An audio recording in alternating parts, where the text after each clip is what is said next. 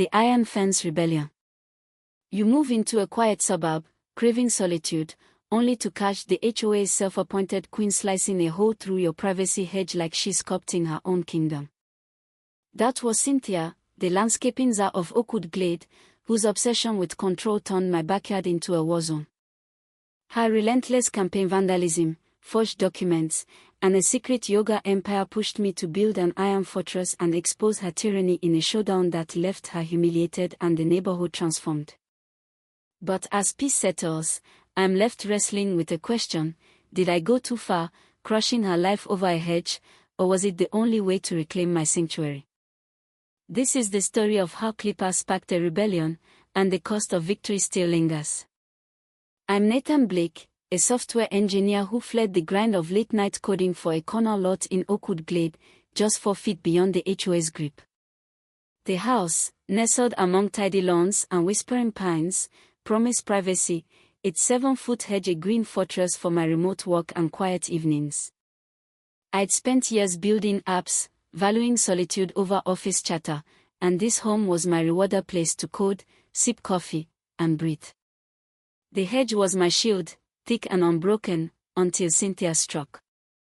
I heard the snap of clippers one morning, her humming, "We are the champions," like she was carving a masterpiece.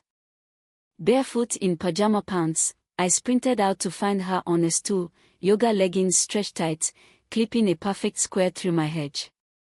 "What the hell?" I yelled. She tossed leaves over her shoulder, smiling. "Making it easier for everyone, sweetheart." "You're welcome."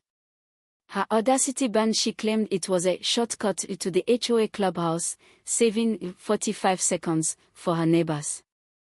As the HOA's landscaping coordinator, she acted like my yard was her canvas.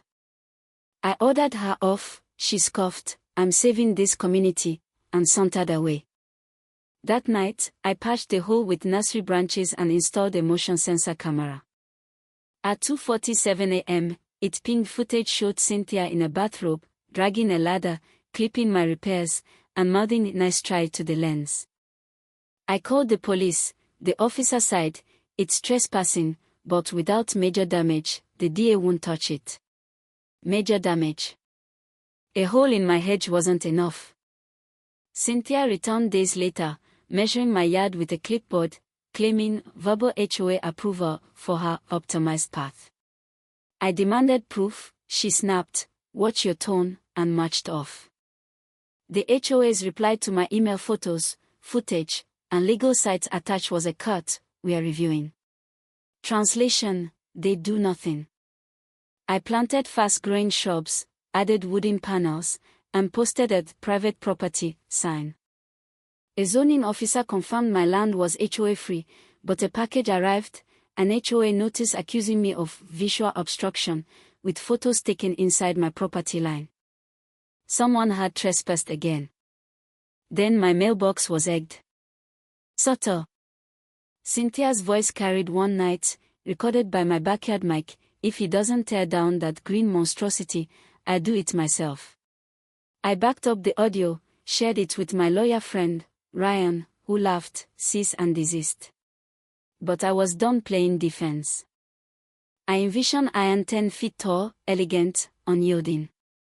At an ironworks shop, I met Gabe, a burly craftsman who grinned at my request for a Cynthia-proof offense. We designed a wrought iron masterpiece: pointed caps, weatherproof, city-approved. As trucks delivered steel, Cynthia erupted, storming over in a pink bathrobe, clipboard waving. "Stop this prison bar nonsense," she shrieked. I handed her laminated permits. She flipped through them, fuming, and left. The fence rose, a neighborhood spectacle. Cars slowed, neighbors nodded, some approving, others whispering, "Fortress freak." A teen offered to paint my gate, another brought lemonade. Cynthia paced, snapping photos, calling the HOA president daily, demanding a meeting. Her next salvo was a yellow notice accusing my fence of violating aesthetic guidelines, demanding I halt construction for a compliance hearing. My property was outside their reach, so I sent back a survey, permits, and Ryan's number, daring them to try. That night, Cynthia threw pebbles at the fence, muttering curses on camera. Then, absurdity peaked. She climbed the half-built fence, slipped, and dangled, one slipper falling. Her phone hit my lawn. Firefighters rescued her, barely hiding grins. A neighbor's video, I and Cynthia's flop, went viral, hitting 20,000 views. She doubled down, her HOA letter claiming my fence disrupted community harmony. I replied, harmony doesn't mean trespassing. At her backyard emergency meeting, she ranted about my metal monstrosity. 3 attendees left when she claimed I was hiding illegal tech.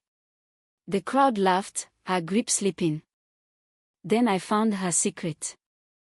Walking past the clubhouse at 6:45 p.m., I saw fairy lights, a Namaste and Rose sign, and Cynthia leading a yoga class with wine glasses. Her HOA flow Instagram revealed a paid, unpermitted business, using my yard as a shortcut to sneak guests past scrutiny.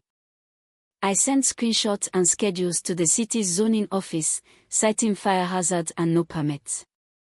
Wednesday, inspectors crashed her class, shutting off lights, capping bottles, and taping a cease and desist notice to the door. The HOA newsletter announced a clubhouse inspection, omitting Cynthia's fine for unlicensed operations.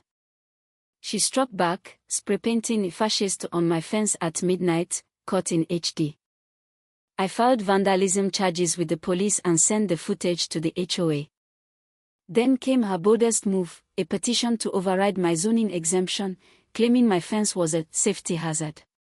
Signatures were forged, same handwriting, including a dead neighbor's name.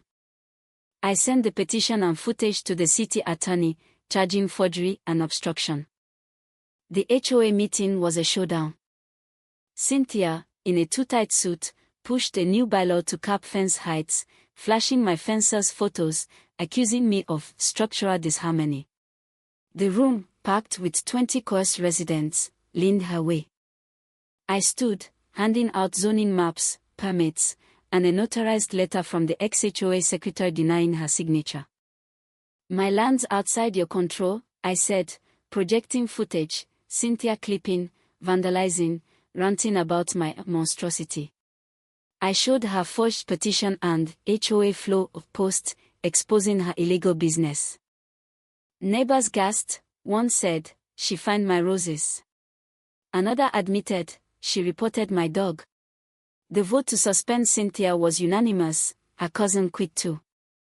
The city fined her for vandalism, forgery, and unlicensed operations, issuing a misdemeanor and burying her from HOA rules. She stormed out, silent, her empire dust. Oakwood Glade transformed. A new president, a community organizer, rewrote bylaws for fairness, turning a lot into a public garden. My fence fest, party food trucks, jazz, lights on my iron gate drew dozens, kids playing, adults sharing Karen stories. Cynthia's blind stage shot, she was a ghost, rumored to be moving. I saw her once at a market, smaller, avoiding my eyes. My fence, now van-wrapped, powers a free EV charger and library.